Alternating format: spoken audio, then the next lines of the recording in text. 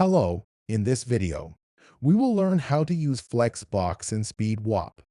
To begin with, let's add some elements to our page. First, let's drag and drop our first container onto our working area. This container will serve as our parent container. Let's add a section to our first container. Drag and drop your heading, paragraph, and button widget into our first container. Let's add our second section to our first container. Drag and drop the image widget into the second container. Reduce the size of the image using its boundary box. Now duplicate the second section having the image widget inside. Let's select the paragraph and change its text.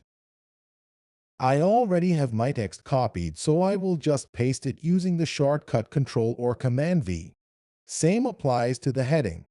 As you can see, we have 3 sections now, all within our parent container. Arranging elements using Flex Display makes it easier to design a flexible layout structure without using float or positioning. In short, Flexbox is a display setting that enables flexible and responsive layouts. Let's select our parent container and change its display to Flex. When you apply Flexbox to a container, all its content is laid out horizontally by default.